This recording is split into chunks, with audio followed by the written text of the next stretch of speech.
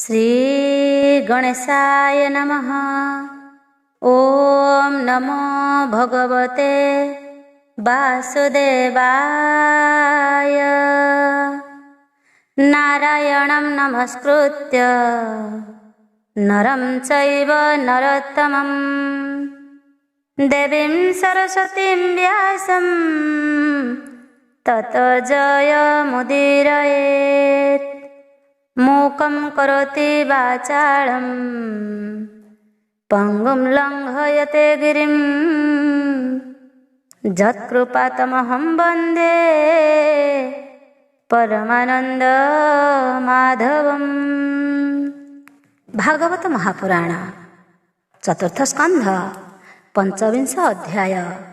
मैत्रेय उवाच शुण सुमने हे विदुर एमंते महेश ठाकुर कृपा से कले सेमानंकु कहिले रुद्र गीता तांकु से सर्वे हरस होइले विधाने शिवंकु पूजिले ताहांकु देई दिव्य ज्ञान शिव होइले अंतर्ध्यान से दश भाई प्रचेतस ज्ञान रे होइले हरस बुढ़ीण समुद्र सलीले से घोर तपस्या निश्चले अयुत तंबत्सर शेष तप साधिले भाई दश रहिले षड ऋतु मारी मन पवन हृदय धरी नित्य पढ़ंती रुद्र गीता तपे होइले ऊर्ध्वरेता तदंते शुण हे विदुर से जे प्राचीन नृपवर राज्य करई अविवेक स्वभावे अज्ञानी कामुक एकष्ट कर्म देखि तार मने जानिले मुनिवर ए महीपति पृथुवंश ए कर्म मार्गे गले नाश विप्रवचने भ्रम हेला अनेक पशु बध कला अदोषी जीव यज्ञ मारी जे तार नुहंती बईरी दुर्लभ जन्म कला नाश कर्मे होइला ज्ञान ध्वंस एमंत करी दया चित्ते से मुनि सतरे आरते से सर्व घटे दया पर अध्यात्म विद्या ज्ञान सार करुणा करी से राजा को दर्शन देले आसीतांकु मुनि को देखी से राजन तेजिण उठिले आसन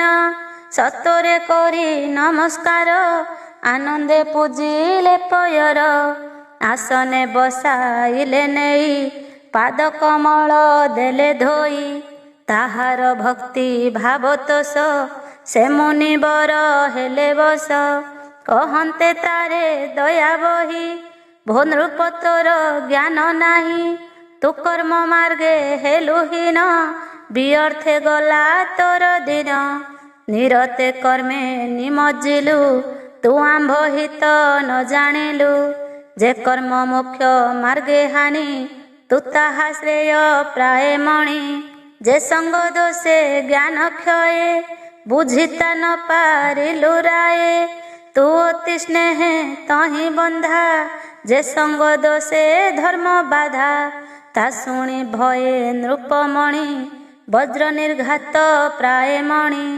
उत्सुके कह नृपति भोमुनि मुझे मूढ़मति विषय जड़े बद्ध होई मुतुंभ ज्ञान न जानई जेबे अइल मोर हिते मो भाग्य बसे दया चिते ए घोर कर्म जड़ मोर कही सुज्ञाने परिहर तुम्भे संसारे प्राणी हिते भ्रमण करू थाओ नित्य अव्यक्त गति जे तुम्भर देव मानवे अगोचर एणु तुम्भर दर्शन नुहई विषय बंधेण भोमुनि मूढ़ दुर्मति दारात नए स्नेहति एणु नहिला ज्ञान सध राज्य विभूति मदे अंध इंद्रिय सुख रस मोहि निर्बंधे छाड़ी न पारई जेबे सुदया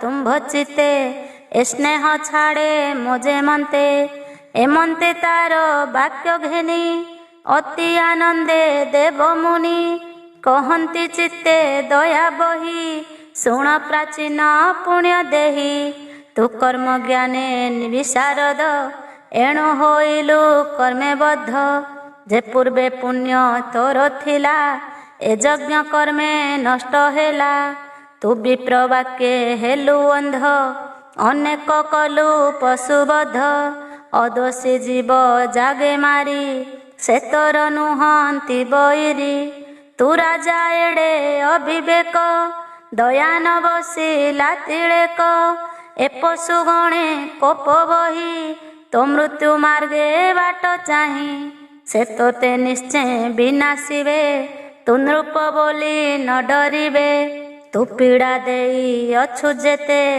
ଏକ ପଶୁ ମରନ୍ତି ନିତ୍ୟ ଏହାଙ୍କ ଯାଇ ନାହିଁ କ୍ରୋଧ ଏ ନିଶ୍ଚୟ ଦୁଃଖ ଦେବେ ମଧ୍ୟ ତୋତେ ପାଇଲେ ପରଲୋକେ କାଟି ଭକ୍ଷିବେ କେ ଏହାଙ୍କ ଶୃଙ୍ଗ ତୀକ୍ଷ୍ଣ ଧାର ଲୌହ ସମାନେ ସେ କଠୋର ସେ ଶୃଙ୍ଗେ ତୁମ୍ଭଙ୍କୁ କାଟିବେ ତେବେ ସେ କ୍ରୋଧ ଉପେକ୍ଷିବେ ଆମ୍ଭେ ଦେଖିଲୁ ସ୍ୱର୍ଗ ପଥେ ତୋ ପ୍ରତି ଆସେ ପଶୁ ଯେତେ ଦର୍ଶନେ ଅଧର କାମୁଡ଼ି କୋପେଣ ଦିଅନ୍ତି ଘୋର ରଡ଼ି ଦଶନ ଭିଡ଼ି ବିକରାଳେ ଖୁର ଖୋଳନ୍ତି ରବି ତଳେ ସେ ତୋତେ ପାଇଲେ ରାଜନ କରିବେ ଅବଶ୍ୟ ଭୋଜନ ତାହାଙ୍କ ମୁଖରେ ରାଜନ ପଡ଼ିଲେ ନ ପାଇ ଜୀବନ ଆମ୍ଭେ ଦେଖିଣ ଭୟ ଚିତେ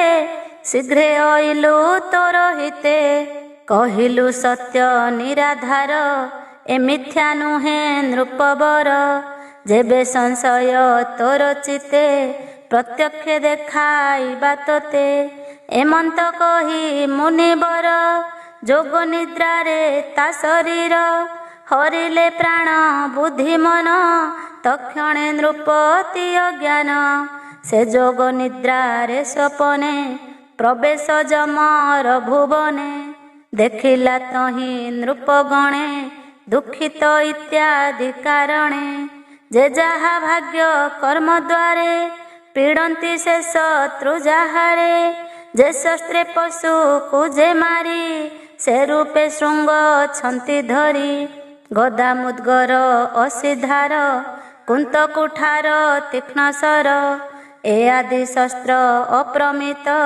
ପ୍ରକୋପେ ପ୍ରହାରନ୍ତି ନିତ୍ୟ ଯେ ଯାହା ଶତ୍ରୁ କର୍ମ ଦ୍ୱାରେ ସୁମରି ଦଣ୍ଡ ଦିଅନ୍ତି ତାରେ କେ ବୃକ୍ଷେ ବାନ୍ଧିଣ ପିଟନ୍ତି କେ ରୋଷେ ତୋଳି କଚାଡ଼ନ୍ତି ଅଧୋବଦନେ ଊର୍ଦ୍ଧ୍ୱେ ପାଦ ଏ ଆଦି ଅଶେଷ ବିପଦ ନାନା କଦର୍ଥ ନେ ପୀଡ଼ନ୍ତି ଭୟାଳୁ ରୂପେଣ ଚାହାନ୍ତି ଅଧର ଚାପି ରହେ ଭିଡ଼ି କୋପେ ଦିଅନ୍ତି ଘୋର ରଡ଼ି ଶତ୍ରୁଙ୍କ ଦଣ୍ଡ ଉଗ୍ରତାପେ ଉଚ୍ଚେଣ ରୋଦ ନ ଧିପେ ଦୁଃସହ ଦୁଃଖ ଭୟ ଛନ ସ୍ରବିତ ମୂତ୍ର ଦ୍ୱାରମାନ ତା ଦେଖି ପ୍ରାଚୀ ନୃପରାଣ ଭୟେ ଉତ୍ସର୍ଗେ ଆତ୍ମପ୍ରାଣ ଭ୍ରମ ହୋଇଲା ବୁଦ୍ଧିମତୀ ପଳାଇ ଲୁଚିଲା ନୃପତି ତା ଜାଗବଧ ପଶୁ ଗଣେ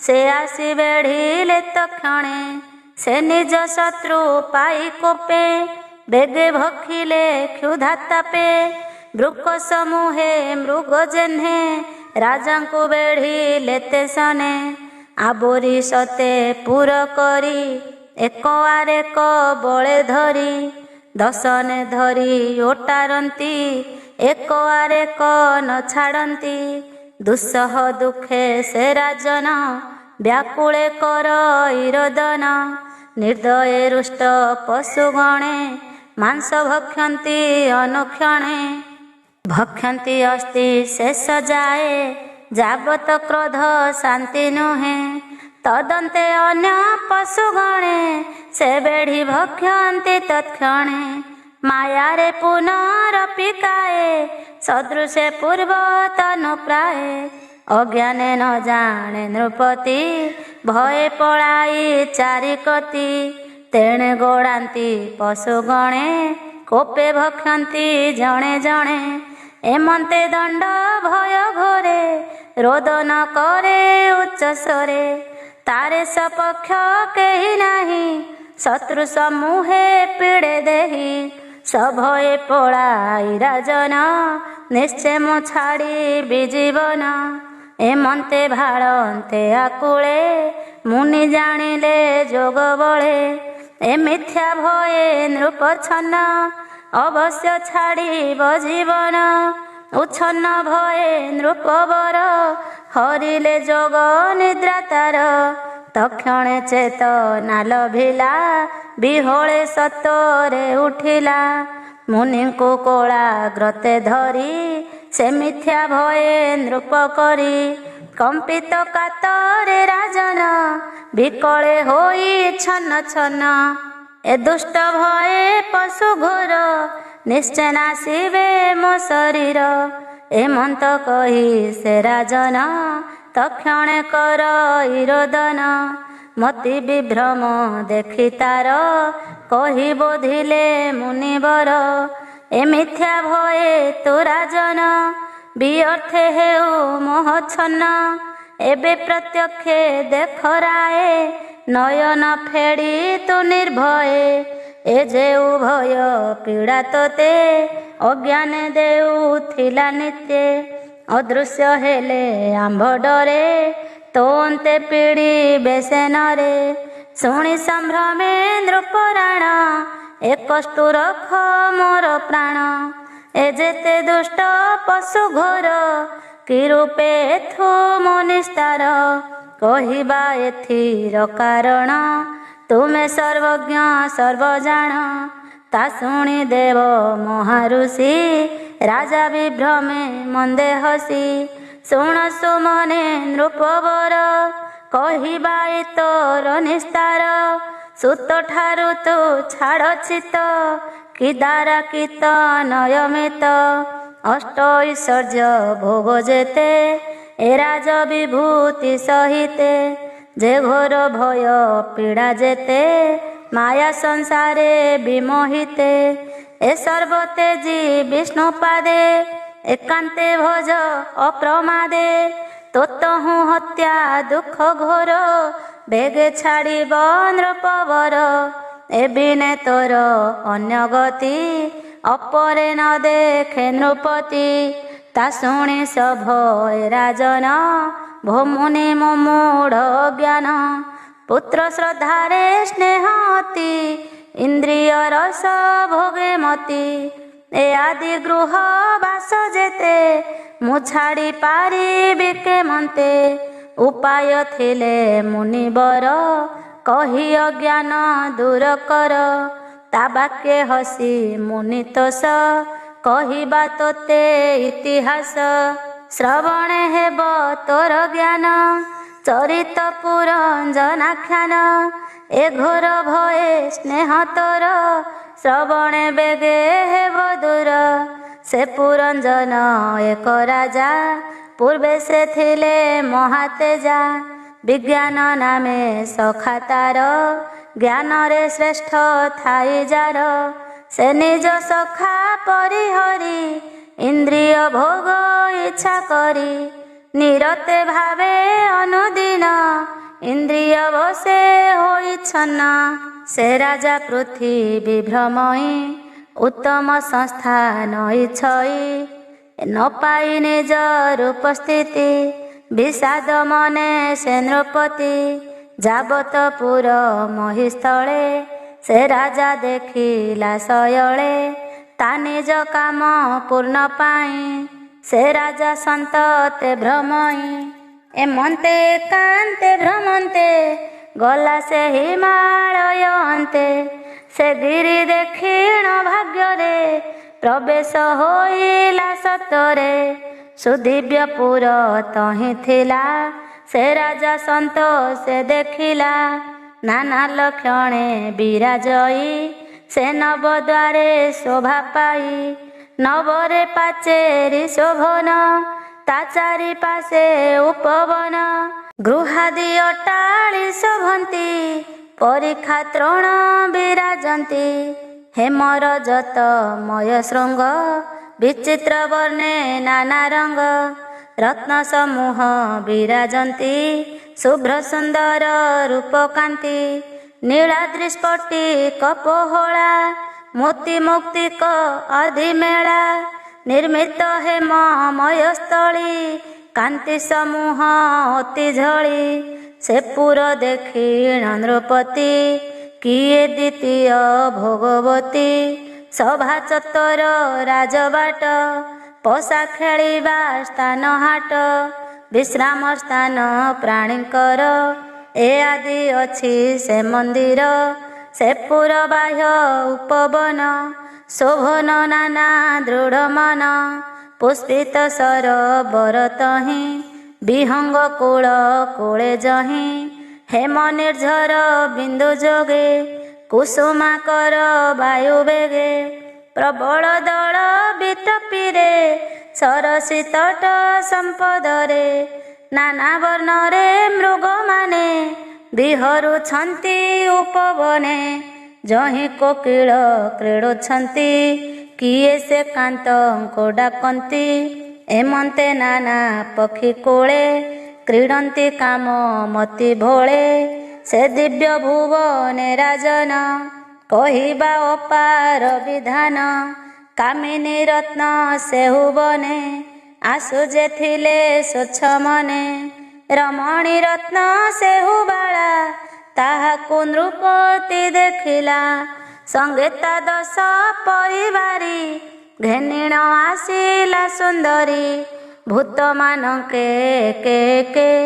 ସଙ୍ଗତେ ସତ ସନାମିକେ ପଞ୍ଚମସ୍ତକେ ଏକା କହି ସେ ନାରୀ ଦ୍ୱାର ପାଳ ସେହି ସେ କାମ ରୂପୀ ଦିବ୍ୟ ନାରୀ ବିବାହ ନହି ଛିତାହାରୀ ଅପାଙ୍ଗ ଅଙ୍କିତ ବିଶିଖ ଭୁରୁକ ମାଣେ ସନ୍ଧି ଲାଖ ରାଜକୁ ସତରେ ବିନ୍ଧିଲା ତକ୍ଷଣେ ରାଜା ମୋହ ହେଲା ସେ ବୀର ଲଜ୍ଜା ପାଇ ମନେ ନାରୀକୁ ପଚାରେ ଅଜ୍ଞାନେ ଭୋସଖୀ ନାମ ଗୋତ୍ର ତୋର କହ କି ଅର୍ଥେ ବନ ଘୋର ଭ୍ରମଣ କରୁଛ ସୁନ୍ଦରୀ ସୁର ମୁନୀନ୍ଦ୍ର ମନୋହାରୀ ଏ ଦିବ୍ୟମୟ ଉପବନେ କହ କି ଅଛି ତୁମ୍ଭ ମନେ କି କାମ ମୃଗ ନିବାରଣେ ବିହାର କରୁ କି କାରଣେ ମୋ କାମ ଶତ୍ରୁ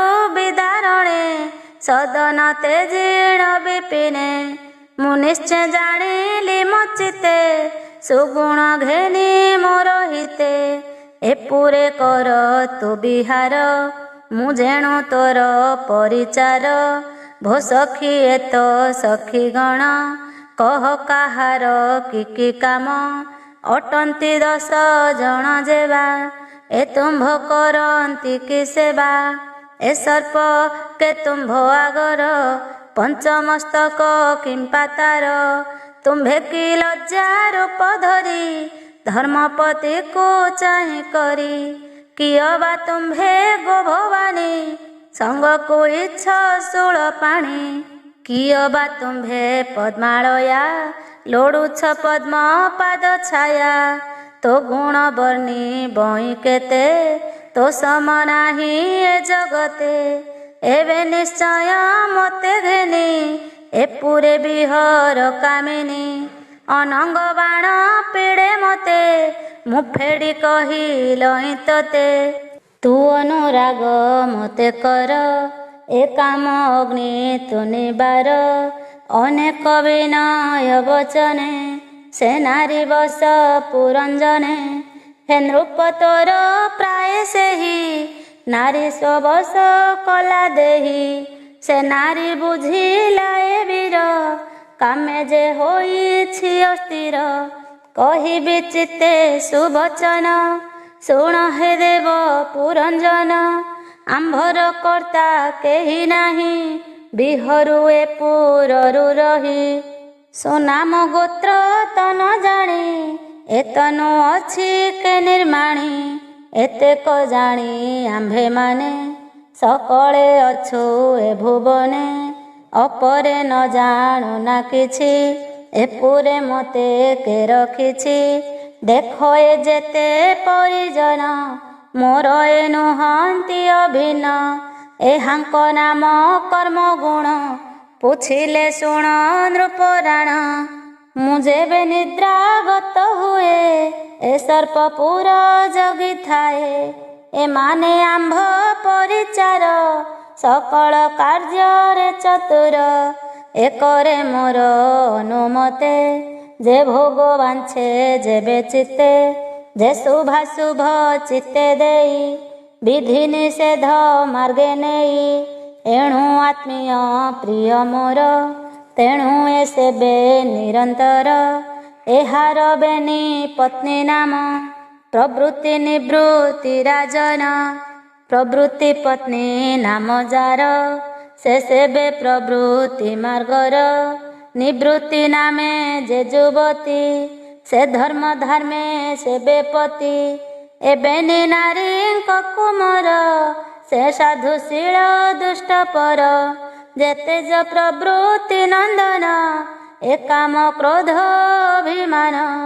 ଅଜ୍ଞାନ ଲୋଭ ମୋହ ହିଂସା, ବିବାଦ ତର୍କ ମିଥ୍ୟା ଭାଷା। ଅପରେ କହି ବଇଁ କେତେ, ଏ ଆଦି ପୁତ୍ର ଛନ୍ତି ଯେତେ। ଏ ସର୍ବଧର୍ମର ବିବାଦୀ, ପିତୃ ସେବନ୍ତୀ ନିରବଧି। ଅଧର୍ମ ମାର୍ଗେ ନିରନ୍ତର, ସୁସେବା କରନ୍ତି ପିୟର। ଯେ କାମ ଭୋଗ ତୁମ୍ଭ ଇଚ୍ଛା, ଦେଇପାରିବେ ତୁମ୍ଭ ବାଞ୍ଛା। ଏଣୁ ଏ ତୁମ୍ଭ ସଙ୍ଗେ ଥିବେ, ସେବାଦି କର୍ମରେ ତୋଷିବେ। ଏହାଙ୍କୁ କ୍ଷଣେ ନ ଛାଡ଼ିବ, ଆମ୍ଭର ଯେତେ ଦୟା ଥିବ। ଏ ଯେତେ ନିବୃତ୍ତି ନନ୍ଦନ, ଦୟା ବିବେକ ଧର୍ମ ଜ୍ଞାନ। କ୍ଷମା ସନ୍ତୋଷ ଧୀର ଶାନ୍ତି, ଏ ଅନୁକ୍ରମେ ଯେତେ ଛନ୍ତି। ଅଧର୍ମ ମାର୍ଗେ ଦାରୁଣ, ବାଛନ୍ତି ପିତାର ମରଣ। ଏ ନିଶ୍ଚୟ ମାରି ନିଜ ତାତ, ରଖିବେ ପିତାର ପିତାନ୍ତ। ଏଣୁ ଏହାଙ୍କୁ ନ ତେଜିବ, ଭୋଗାଦି ବାଞ୍ଛା ଯେବେ ହେବ। ଏ ଦୁଷ୍ଟ ଜ୍ଞାନ ବିନାଶ, ଭୋଗାଦି ନୁହେଁ ଏଣେ ତୋଷ। ଯେ ପିତୃବଧେ ଛିଦ୍ର ବାଞ୍ଛା, ତୁମ୍ଭେ ପାଇବ କାହିଁ ରକ୍ଷା। ତୁମ୍ଭେ ନବୀନ ପୁରଞ୍ଜନ, ନ ଜାଣ କେ ସାଧୁ ଦୁର୍ଜନ। ଆମ୍ଭର କହିବା ଉଚିତ, ତୁମ୍ଭେ ଯେଣୁ ଆମ୍ଭର କାନ୍ତ। ସ୍ୱାମୀ କପଟି ଯେତେ ନାରୀ, ସେହିଟି ଅଜ୍ଞ ବ୍ୟଭିଚାରୀ। ତୁମ୍ଭେ ଯେ ଭୋଗାଦୀଶ୍ୱର, ଇତ୍ୟାଦି ଭୋଗ ବାଞ୍ଛା କର। ଏ ସର୍ବ ଭୋଗ ବିନାଶିବେ, କାମାଦି ବାଞ୍ଛା ଏ ନ ଦେବେ। ଏହାଙ୍କ ସଙ୍ଗରେ ରାଜନ, ପଡ଼ି ହୋଇବ ଭୋଗହୀନ। ଏ ପୁରେ ଭୋଗ ବାଞ୍ଛା ଯାର, ଏ ଅଙ୍ଗେ ନହେ ନୃପବର। ଏ ସଙ୍ଗ ବେଗେ ପରିହର, ନିଶ୍ଚିନ୍ତେ ପୁରେ ବିହର। ଏବେ ଆମ୍ଭର ସଙ୍ଗେ ତୁମ୍ଭେ, ସୁକୃତ କରି ରହ ଦମ୍ଭେ। ସେ ନାରୀ ବାକେ ନୃପମଣି, ଅଜ୍ଞାନେ ମଜିଲେ ନ ଜାଣି। ଅଧର୍ମ ମାର୍ଗେ ଚିତ୍ତ ଦେଲା, ସ୍ୱପର ଭେଦ ବୃଦ୍ଧି କଲା। ତାହାର ବସେ ଗଲା ଦିନ, ଅଜ୍ଞାନୀ ପୁରୁଷେ ଯେ ସନ। ଭୋ ସଖୀ ଯାବତ ଏ ପୁରେ, ଥିବି ତ ଆଜ୍ଞା ଅନୁସାରେ। ଶୁଣି ପ୍ରତୋଷେ ସୁର ନାରୀ, ରାଜାଙ୍କୁ ଘେନିଲା ଧରି। ହେ ନୃପ ଶୁଣ ପୁରଞ୍ଜନ, ଏ ମୋର ଯେତେ ପରିଜନ। ସୁସେବା କରିବେ ନିରତେ, ଯେ ଭୋଗ ବାଞ୍ଛା ତୁମ୍ଭ ଚିତ୍ତେ। ଏ ସଙ୍ଗେ ଆଣି ନିଯୋଗିବେ, ତୁମ୍ଭଙ୍କୁ କ୍ଷଣେ ନ ଛାଡ଼ିବେ। ଏ ରୂପେ ପ୍ରବୋଧି ବଚନ, କହିଣ ତୋଷିଲା ରାଜନ। ତା ବାକେ ରାଜା ବିମୋହିତ, କନ୍ଦୁକ ପ୍ରତିମା ଯେମନ୍ତ। ତା ବସେ ସ୍ତବେ ଚାଟୁବାଣୀ, ଭୋକା ମାନଳ ଉଦ୍ଧାରିଣୀ। ପ୍ରମଦାକୁଳ ମଧ୍ୟ ସାର, ତୋ ତୁଲେ ନାହିଁ ପଟାନ୍ତର। ଭୋନାରୀ ରତ୍ନ ସୀମନ୍ତିନୀ କେତୁମ୍ଭ ପିୟର ଜନନୀ। କହ ତାହାଙ୍କ ଗୁଣ ନାମ ଶ୍ରବଣେ ମୋର ନିସ୍ତାରଣ। ତା ବାକ୍ୟ ଶ୍ରବଣେ ପ୍ରତୋଷୀ ସେ ନାରୀ କହେ ମନ୍ଦେ ହସି। ଶୁଣ ହେ ଦେବ ପୁରଞ୍ଜନ କହିବା ଯେ ପୂର୍ବ ବିଧାନ। ଆମ୍ଭର କେବା ତାତ ମାତ ନ ଜାଣି ଜନ୍ମାଦି ଉଦନ୍ତ। ଏ ତୁମ୍ଭ ଆଦି ଦେହଧାରୀ ସଚରାଚର ଆଦି କରି ଈଶ୍ୱର ଶୋଇ ଛାବିହରେ ପ୍ରକୃତି ଭେଦେ ସୃଷ୍ଟି କରେ। ଏ ଘେନି କେ ଜାଣେ ତଦନ୍ତ ଏ ମାୟା ଜଡ଼େ ଯେ ଜଡ଼ିତ। ସୁନାମ ଗୋତ୍ରେ କିବା ଫଳ ମୋ ଭାଗ୍ୟେ ତୁମ୍ଭେ ଯେ ମିଳିଣ। ଆଜ ମୋ ଭାଗ୍ୟ ଗୋଚର ଦେଖିଲି ନୟନ ଗୋଚର। ଯାକୁ ଅଷ୍ଟାଙ୍ଗ ଯୋଗ ଧ୍ୟାନେ ଯୋଗୀ ଭାବନ୍ତି ଅନୁଦିନେ। ଯେ ତୁମ୍ଭେ ମୋ ଭାଗ୍ୟେ ଆଗତ ଏଣୁ ମୁଁ ମଣିଲି ଅଦ୍ଭୁତ। ଏପୁରେ କରିବା ବିଶ୍ରାମ ଭୁଞ୍ଜ ସ୍ୱଇଚ୍ଛା ସୁଖେ କାମ। ମୁଁ ସର୍ବ ପୁଣି ନିଯୋଗିବି ଏହାଙ୍କ ସଙ୍ଗେ ମୁଁ ସେବିବି। ମୋ ସଙ୍ଗେ କର ରତି ଯୋଗ ଏ ଶତ ସମ୍ବତ୍ସର ଭୋଗ। ଏ ତୁମ୍ଭ ବିନା ଯେ ବାଜନ କେ ରତି କରେ ତା ସଙ୍ଗେଣ। ସେ ଅପଣ୍ଡିତ ହୀନ ଦେହି ତାରତି ସଙ୍ଗେ ଜ୍ଞାନ ନାହିଁ। ନାହିଁ ଯାହାର ଲୋକ ଚିନ୍ତା ନ ଜାଣେ କାଳର କରତା। କେବଳ ପଶୁ ତୁଲ୍ୟ ସେହି ତା ସଙ୍ଗେ କେବା ବିଳସଇ। ଏପୁରେ ସର୍ବ ଧର୍ମ ସିଦ୍ଧି ଧର୍ମାର୍ଥ କାମ ମୋକ୍ଷ ଆଦି। ପୁତ୍ର ଆନନ୍ଦ ସୁଖ ଯଶ ଏପୁରେ ଏ ସର୍ବ ପ୍ରକାଶ। ଯେ ଲୋକ ନିର୍ମଳ ବିଶୋକ ଯାକୁ ଭାବନ୍ତି ଜ୍ଞାନୀ ଲୋକ। ଯେ ଲୋକ ଏଥି ସାଧି ପାଇ ଏଣୁ ଏ ପୁର ସୁଖମୟୀ। ପିତୃଦେବତା ମହାଋଷି ସୁଖ ଲଭନ୍ତି ଯହିଁ ଆସି। ଏ ଭାବେ ଗୃହସ୍ଥ ଆଶ୍ରମ ରଖଇ ସର୍ବ ଲୋକ ଧର୍ମ। ଏଣୁ ଏ ପୁରେ କର୍ମେ ଥାଇ ଯେ ଭୋଗ ବାଞ୍ଛା ନ ଇଚ୍ଛଇ। କେ ଅବା ସେ ଅଜ୍ଞାନବତୀ ତୁମ୍ଭର ପ୍ରାୟ ପାଇପତି। ବିହାର ନ କରେ ତା ତୁଲେ ସୁସ୍ୱାମୀ ଆସି ଯେବେ ମିଳେ। ବ୍ୟର୍ଥ ସେ ନାରୀର ଜୀବନ ତେଜିଏ ଭୁଜ ଆଲିଙ୍ଗନ। ଯେବେ ସୁଦୟା ମୋତେ ହେବ ସତେ ବରଷ ଏଥି ଥିବ। ଏମନ୍ତ ତା ବାକ୍ୟେ ରାଜନ ସେ ନାରୀ ସଙ୍ଗେ ପୁରଞ୍ଜନ। ସେ ପୁରେ କଲେ କବସତି ଶତ ବତ୍ସର ସୁଖେ ମାତି। ଗାୟକ ମାନେ ଯେ ଗାବନ୍ତି ସେବେନି ବିହାର କରନ୍ତି। ସେ ସଖୀ ମାନଙ୍କୁ ଘେନିଣ ରୁଦ୍ରାଣୀ ଜଳରେ ପଶିଣ। ନିଦାଘ କାଳେ ସେ କ୍ରୀଡ଼ନ୍ତି ସେ ପୁରେ କେବେ ନ ଛାଡ଼ନ୍ତି। ସେ ପୁରେ ଈଶ୍ୱରଟି ସେହି ତାହାକୁ ନ ଜାଣନ୍ତି କେହି। ତା ପୂର୍ବ ପଞ୍ଚ ଶ୍ରେଷ୍ଠ ଦ୍ୱାର ଅଗ୍ରେ କହିବା ନାମ ତାର। ଖଦ୍ୟାତ ମୁଖୀ ଦୁଇ ଏହାର ରୂପ ସମ୍ପାଦଇ। ନଳିନୀ ନାଳିନୀ ଯେ ଦ୍ୱାର ଯେ ପୂର୍ବ ଦ୍ୱାର ଅଛି ତାର। ଏହାର ଅବଧୂତ ଦୀକ୍ଷା ସୁଗନ୍ଧ ଘେନି ଥାଇ ଏକା। ସୁଖ ନାମରେ ଦ୍ୱାର ଏକ ଉଭୟ କର୍ମରେ ଅଧିକ। ବିବିଧ ଓଜନ ବସନ ସେ ଦ୍ୱାରେ ଘେନେ ପୁରଞ୍ଜନ। ରସ ଆସ୍ୱାଦ ବାଦ୍ୟ ଦୁଇ ଏବେନି ସେ ଦ୍ୱାରେ ଘେନଇ। ପିତୃ ଦେବ ଯେ ନାମ ଏବେନି ଦ୍ୱାର ଦକ୍ଷ ନାମ। ସେ ଦ୍ୱାରେ ବିଷୟ ରାଜନ ସର୍ବଦା କଲେ ଆସ୍ୱାଦନ। ଦକ୍ଷିଣ ଉତ୍ତର ପଞ୍ଚାଳ ରାଜ୍ୟପାଳ ମହିପାଳ।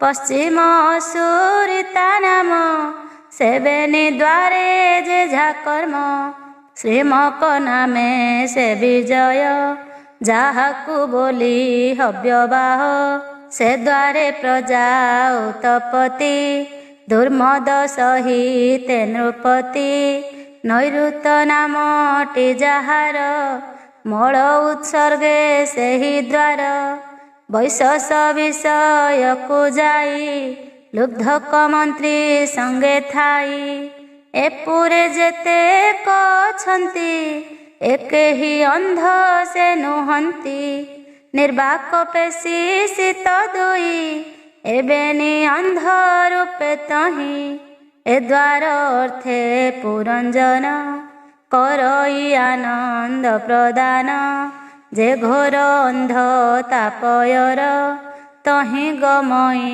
ନୃପବର ଏ ରୂପେ ରାଜା ପୁରଞ୍ଜନ ସେ ପୁରେ ଥାଇ ଅନୁକ୍ଷଣ ଏ କାମ୍ୟ କର୍ମେ ଦେଇ ଚିତ୍ତ ଏଣୁ ହୋଇଲା ଜ୍ଞାନ ହତ ତା ପତ୍ନୀ ଜଣେ ପ୍ରବର୍ତ୍ତାଇ ସେ ମାର୍ଗେ ରାଜନ ଗମଇ ଏମନ୍ତ ସେ ରାଜାକୁ ରାଣୀ ରଖିଲା ସୋବସରେ ଆଣି ତା ବିନା ଆଜ୍ଞାରେ ରାଜନ ନ କରେ ଅନ୍ୟ ଚେଷ୍ଟାମାନ ଯେ ପ୍ରାଣୀ ନାରୀ ବସହନ୍ତି ସେ ସର୍ବ ପୁଣ୍ୟ ବିନାଶନ୍ତି ଇହଲୋକରେ ଅପଯଶ ଦେହାନ୍ତେ ନରକେ ପ୍ରବେଶ ଏମନ୍ତ ନାନା ଧର୍ମ ବାଟେ ସେ ମୁନି ବୁଝାଇ ଉଚାଟେ ପ୍ରାଚୀନ ବରହି ନାରଦ ସେ ପୁରଞ୍ଜନର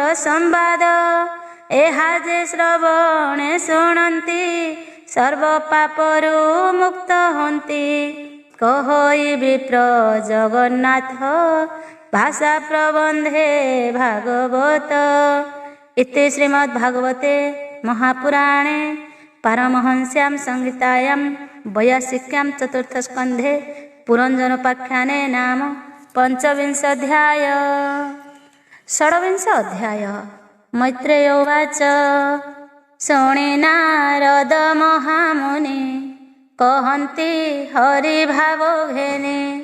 नारद उवाच शृण प्राचीन नृपवर से पुरञ्जन से मंदिर रहिला स्थिरी बसे भोगे अज्ञान मोहे अनुरागे से एक दिने दंडधर मृगया अर्थे वन घोर उद्यम कला से राजन संगे दुर्जय भट्टमान रथ आरोही शीघ्र गति अरण्ये प्रवेश नृपति से पुरञ्जन दिव्य जान अति सुंदर निरूपम पंचतुरंग रथ बहे गमन्ति पंचमार्गे हये से रथे अछि दुई चक्र तिनि ध्वजा जे अक्षय एक पंचबंधन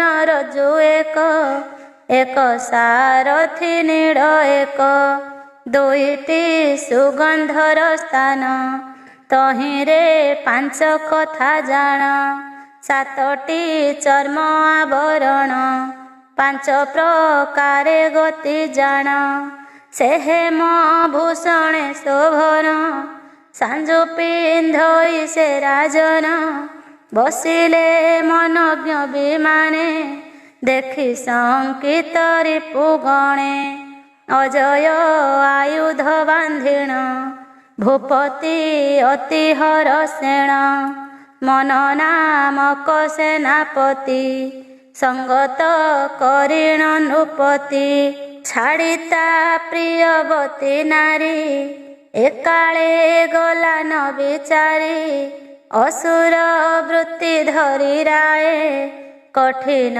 हृदय निर्दय नाही ता अनुग्रह चिते मृगया छळे विमोहिते निशित बाणे से राजन बधिले वन पशुगण ଯେ ରାଜା ହୋଏ ଅପଣ୍ଡିତ, करे अदोषी जीव हत। जे प्राणी जीव वध करे, से जोनि मध्येटी विहरे। एहा न जाणी नृपवर, से पशु माइला अपार। बराह गबय हरिण, एमन्ते अनेक मारिण। मेध मेध पशु जेते, इत्यादि जीवंत संगते। एमन्ते नाना जीव मारी, से धर्म पथ न विचारी। वन भ्रमणे नृपवर, बहुत श्रम हेला तार। क्षुभित तृषा क्षुधा काले, आत्मपीडित श्रम बळे। सतरे सदने प्रवेश, स्नानादि भोजने सुबेश। सुकान्ति करान्ति शरीर, अति आनन्दे नृपवर। सुगन्ध द्रव्य पुष्पमाळ, भूषण हेला महिपाळ। विविध नाना आभरण, स्वकर्म भोगे नृपराण। इच्छई स्वपत्नी संगत, अनंग शरीरे पीड़ित। प्रवेश अंतपुरे जाई, पत्नी विषय मन ध्याई। सकल पुरे से राजन, स्वपत्नी लोडिण उच्छन्न। न पाई से नव जुवती, सखींकी चाहि पचारती। विषादे पुछई राजन, शुण ए मोहर वचन। मो प्राण सखी छंती काहि, कहि संतोष कर देहि। से धर्मे आत्माटी मोहर, अर्धेक न रहे शरीर। सदने अछंती ना भले, से सखी गण संग मेले। तुम्भे ताहांक अनुचर, कह कुशल ताहांकर। एमंत बोली से राजन, अन्यान्ये कहई वचन। शुण गो सखी गण मोर, ए गृहाश्रमर व्यवहार। पत्नी न थिले न शोभंती, ए राज संपद विभूति। जे गृहे नाही तात मात, सुपुत्र सुता पतिव्रत। जे गृहे पति धर्महीन, सुखे ता नाही प्रयोजन। जे सने चक्रहीन रथ, बसिले सुख नुहे जात। ते सने गृहिणी विहीने, गृहस्थ न शोभे सदने। जे सने आत्महीन देही, ता गृह तेन्हे न शोभई। कह मो काहि सुलक्षणी, से मोर प्राण उद्धारिणी। ता बिनु न स्फुरई ज्ञान, कहि गोरख मो जीवन। मु दुख सागरे बुड़िले, उद्धरी रख प्राण भले। ता शुणी सखी गण भये, कहती शुण महाराये। आम्भे तो न जाणु किं पाई, भूमि सज्जारे छंती सोई। देखिले जाण महाराय, आम्भे न जाणु अभिप्राय। तक्षणे सतर राजन, राणी को कला आलिंगन। भूमिरु कोଳରେ बसाई, अनेक चाटु वाक्य कही। से नारी दुख विमोचने, कहे काकुस्थ भय छने। भो सखी मुझे अपराधी, तो संग तेजी मु दुर्बुद्धि। मृगया छळे बने गली, एणु दुखित तोरे हेली। तू रक्षा न कले सुंदरी, मो प्राण न पारिबि धरी। ପତି ବିନୟ ବାକ୍ୟ ଶୁଣି ସେ ମାନନତେ ଯେ ତରୁଣୀ। ଅନେକ ବିନୟ ରାଜନ ବରଣେ ପଡ଼ିଲା ତକ୍ଷଣ। ଚରଣ ଧରି ତାର ରାଏ ଅତି ବିଭ୍ରମ ଶୋକେ କହେ। ଭୋ ସଖୀ ତୋର ଚିନ୍ତା ଭରେ ମୋ ପ୍ରାଣ ନ ରହେ ଶରୀରେ। ବାକ୍ୟ ତୁ ହସି କରି କହ ବିକଳ ହେଉଅଛି ଦେହ। ଭୋ ସ୍ତ୍ରୀ ରତ୍ନ ଶିରୋମଣି ମୋ କାମ ଦୁର୍ଗତି ତାରିଣୀ। ତୋ ବିନୁ ଅନ୍ୟ କେ ବାମରେ ଏ ଦୋଷ କ୍ଷମା କରିପାରେ। ଯେ ପୁଣ୍ୟବନ୍ତ ଭୃତ୍ୟ ଠାରେ ଦୋଷେ ଦଣ୍ଡନ୍ତି ପ୍ରଭୁ ତାରେ। ଦୋଷାନୁସାରେ ପାଇ ଦଣ୍ଡ ତା ଅପରାଧ ହୁଏ ଖଣ୍ଡ। ଯେ ସ୍ୱାମୀ ଭୃତ୍ୟ ନ ଦଣ୍ଡନ୍ତି କପଟ ଭାବ ତାଙ୍କ ମତି। ଯେ ନିତ୍ୟ ଭଏ ଦୁଃଖ ଦେହେ ତାର ସେ ଚିତ୍ତ କାହିଁ ରହେ। ସ୍ୱାମୀ ସେବକ ଯେବେ ଦଣ୍ଡି ଦିଅନ୍ତି ଅନୁଗ୍ରହେ ଖଣ୍ଡି। ତା ଯେବେ ଭୃତ୍ୟ ନ ବୁଝଇ ସେ ମୂଢ଼ ଅଧମ ଅଟଇ। ତାହାର କାହିଁ ଜ୍ଞାନ ବୁଦ୍ଧି ଚିତ୍ତ ବିଭ୍ରମେ ନିରବଧି। ଯେ ସନେ ପିତା ଅଭିମାନେ ବାଳକର ଦଇ ଯେ ସନେ। ସେ ପୁତ୍ର ଦୋଷ ନ ଧରନ୍ତି ପୁଣି ବାଳକେ ଆଶ୍ୱାସନ୍ତି।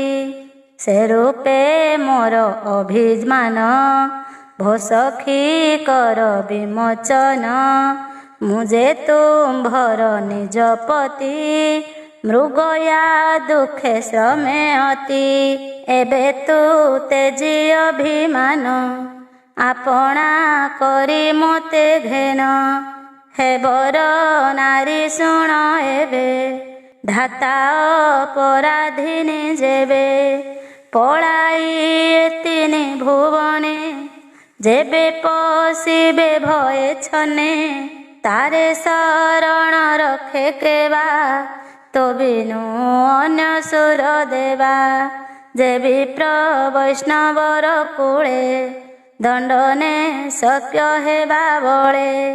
ଏ ବିନେ ଅନ୍ୟ ସୁର ନର ମୂଢ଼ ଜୀବନ ତାହାଙ୍କର। ଅପରେ ଚରାଚର ଯେତେ ସେ ସର୍ବଜ୍ଞାନେ ମୋହିତେ।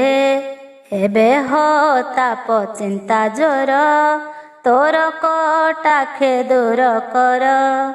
ଅନେକ ପ୍ରବୋଧି ବଚନ କହିଣ ତୋଷିଲେ ରାଜନ। ସେ ନାରୀ ମାନ ଦୂର କଲା ସନ୍ତୋଷେ ସତରେ ଉଠିଲା। ଏମନ୍ତେ ଶୁଣ ହେ ବିଦୁର ସେ ପୁରଞ୍ଜନ ନୃପବର। ତାବ ସେ ହୋଇଲା ଯତ ବିଭ୍ରମ ହେଲା ତାର ଚିତ। ଏ ସର୍ବ ଅନୁଭବ ବାଣୀ ନାରଦ ନୃପରେ ବଖାଣି।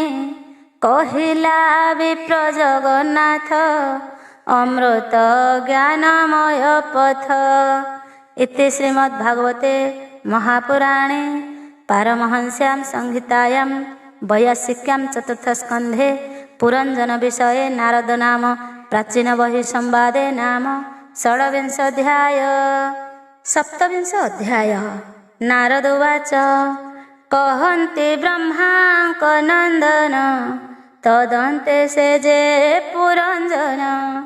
ଅନେକ ମତେ ପ୍ରବୋଧିଲା ରାଣୀଙ୍କ ମାନ ଦୂର କଲା।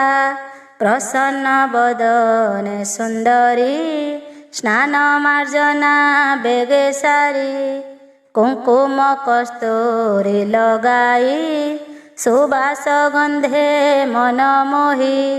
ସୁଗନ୍ଧ ପୁଷ୍ପ ମାଳା ଦେଇ କବରୀ ବାନ୍ଧିଲା ସଜାଇ।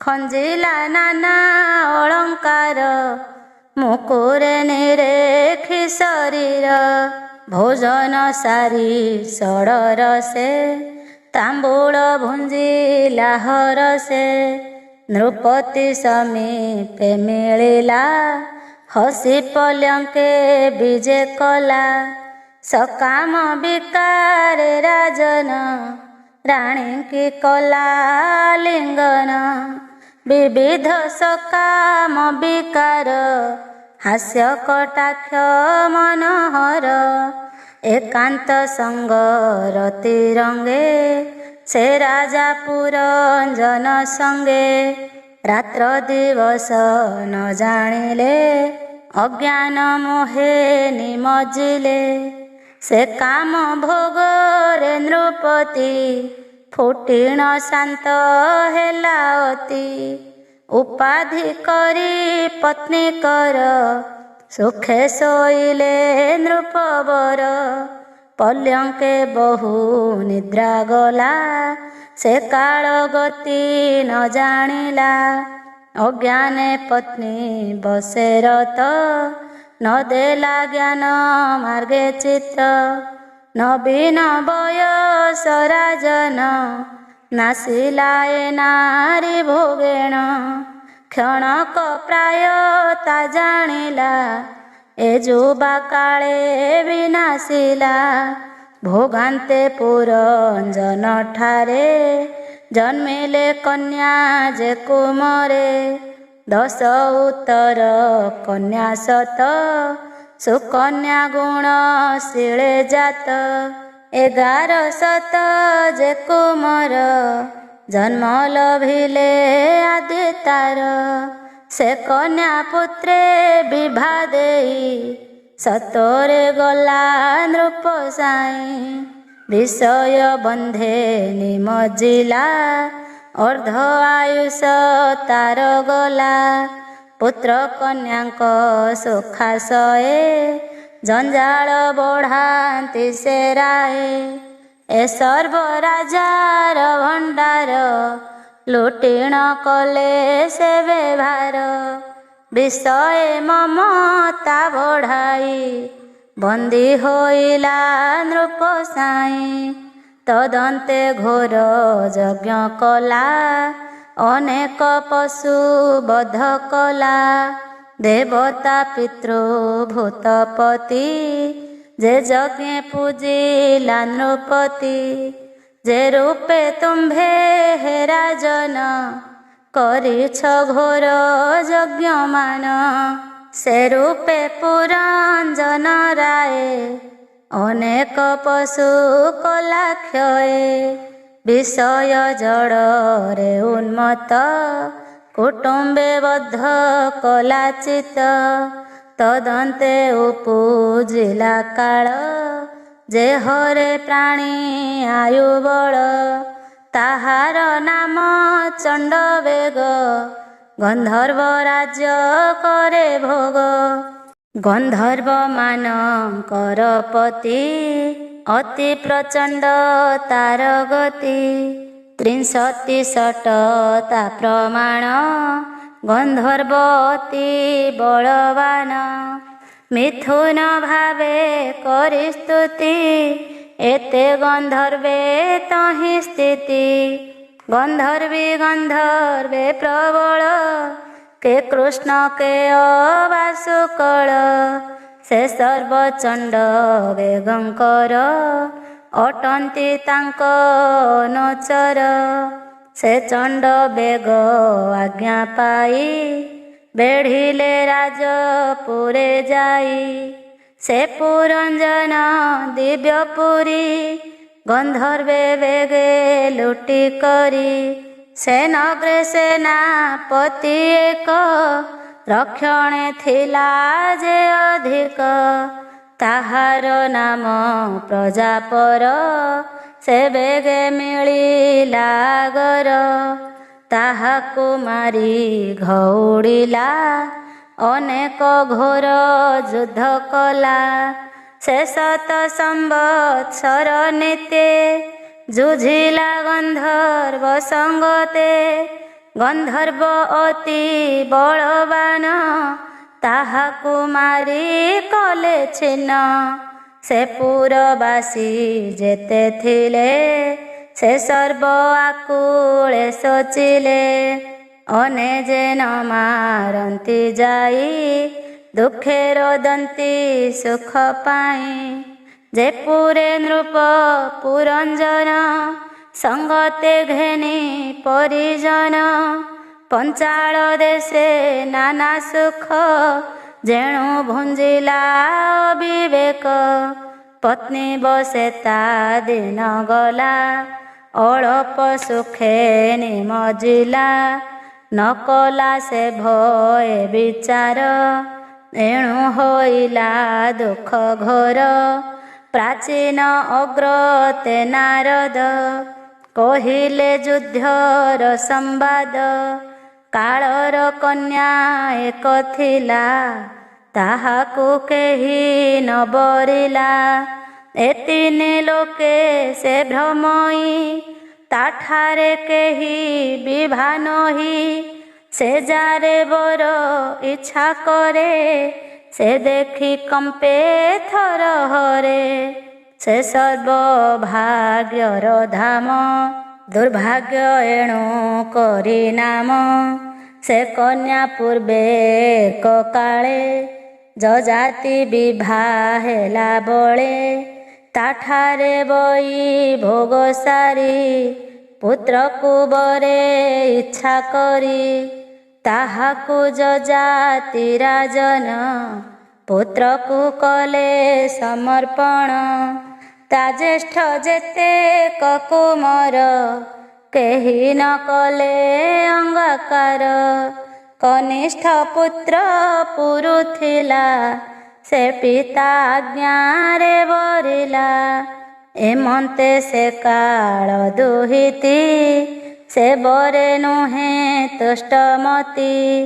କାମ ଭୋଗେଣ ବଳ ହରି ତଦନ୍ତେ ସଂସାରେ ବିହରି। ମୁଁ ନିତ୍ୟ ବ୍ରହ୍ମ ଲୋକଠାରୁ ଏ ମହି ଭ୍ରମଣ ଇଚ୍ଛାରୁ।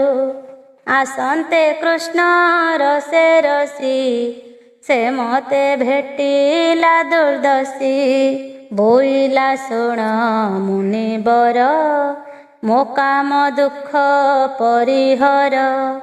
ଯତିତ୍ୱପଣ ମୋର ଜାଣ ତଥାପି ବରିଲା ଭ୍ରମେଣ। ହେ ମୁନି ଶ୍ରେଷ୍ଠ ଯୋଗେଶ୍ୱର ମୋ ତୁଲେ ଗୃହ ଧର୍ମ କର। ତୁମ୍ଭେ ମୋହର ନିଜପତି ଏଣୁ ଅଇଲି ତୁମ୍ଭ କତି। ପୁରୁଷ ସ୍ୱଧର୍ମଟି ଏହି ପ୍ରାପତ ଧନ ନତେ ଜଇ। ଯାଚକ ଧନ ପ୍ରତେଜିଲେ ସେ ସୁଖ ନ ଲଭନ୍ତି ଭୋଲେ। ଏମନ୍ତ ବାକ୍ୟ ତାର ଶୁଣି ଆମ୍ଭେ ପ୍ରକୋପେ ତାକୁ ଭଣି। କହିଲୁ ତୁ ନିଶ୍ଚେ ଯୁବତୀ ପ୍ରମୋଦା କୂଳେ ନହୁଁ ସତୀ। କୂଳ ଦୂଷଣ କର୍ମ ତୋର ନ ମରି ଧରିଛୁ ଶରୀର। ପାତ୍ର ପାତ୍ର ତୁ ନ ଜାଣୁ ଦୂଷଣ କଥା ମୁଖେ ଭଣୁ। ଶୁଣ ତୁ ପାମରି ଅଜ୍ଞାନୀ ଆମ୍ଭେ ଯେ ଅଟୁ ମହାମୁନି। ଗୃହସ୍ଥ ଧର୍ମ ଆମ୍ଭ ନାହିଁ ତୋର ଚରଣେ ଇଚ୍ଛା କାହିଁ। ତୋହର ବରେ ଯେବେ ଇଚ୍ଛା କହିବା ପୁରୀବ ତୋ ବାଞ୍ଛା। ଯବନ ମାନଙ୍କ ଈଶ୍ୱର ତୁ ଯାଇ ବେଗେ ତାକୁ ବର। ଏ ତୋର ଯେତେ କାମ ଇଚ୍ଛା ସେ ତୋର ପୁରାଇବେ ବାଞ୍ଛା। ତା ଶୁଣିବି ମୁଖେ ତରୁଣୀ ସେ ମତେ କୋପେ ସାପ ଭଣି। ବୋଇଲା ଶୁଣ ମୁନିବର ମୋ ପ୍ରୀତି ଆଶା କଲୁ ଦୂର। ତୁ ଏକଠାବେ ନ ରହିବୁ ଜୀବନେ ଯେତେ କାଳ ଥିବୁ।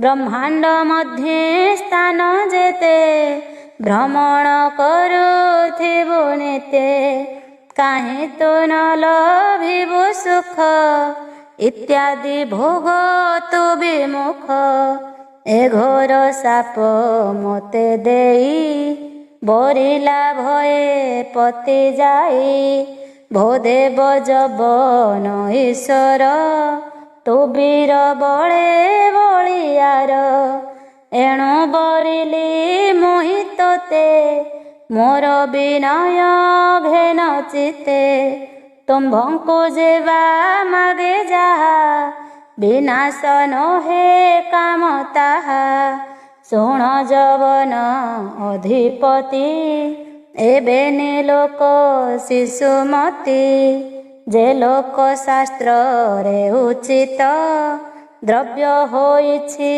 उपगत जाचक जने तान देई अथवा देले नघे नहीं एबेनि शिशु संगे सरी एणु ताहांकु मुन बरी तुम्भे दयालु सुरबंत जबन मानक सामंत मुकामे तुम्भंको भजिली लज्जा संकोच उपेक्षिली मो संगे कर बई भोग हर दुर्जय काम रोग पुरुष स्वधर्मटी एहि दीन जनंको उद्धारई मु जन्म कालु काम दुखे तुमते नते जबि मुखे तार कार्पण्य वाक्य शुणी जवनेश्वर मने गुणी देवंक गुप्त जे मरण एहा साधिबी निश्चय जान एमंत मने विचारिला कन्या को प्रति वाक्य देला शुण हे कालर दुहिती तो मने बोरी अछुपति एकाकी बोली भय जेबे मो सेना संगे नियतेबे एमंते प्रजांकु विनाश एमाने हंतु तोर दास मोहर भाई जे प्रजोर तु भग्नि हेबु जे मोहर एकते भाई भग्नि थिब मो सैन्य गण संगे नेब लोके तो गति न जानिबे चारि दिगरे भ्रमुथिबे जीवन भोग अनुसारे पड़िबे लोभादि व्याधिरे एमंते शिक्षा ताकु देई अग्रे पेशिला भग्नि भाई चतुर्थ स्कंध भागवत नारद प्राचीन उकत ए पुरंजनार आख्यान भणई जगन्नाथ हीन। इति श्रीमद्भागवते महापुराणे पारमहंस्यां संहितायां वैयासिक्यां चतुर्थस्कन्धे पुरंजन उपाख्याने नाम 27 अध्याय।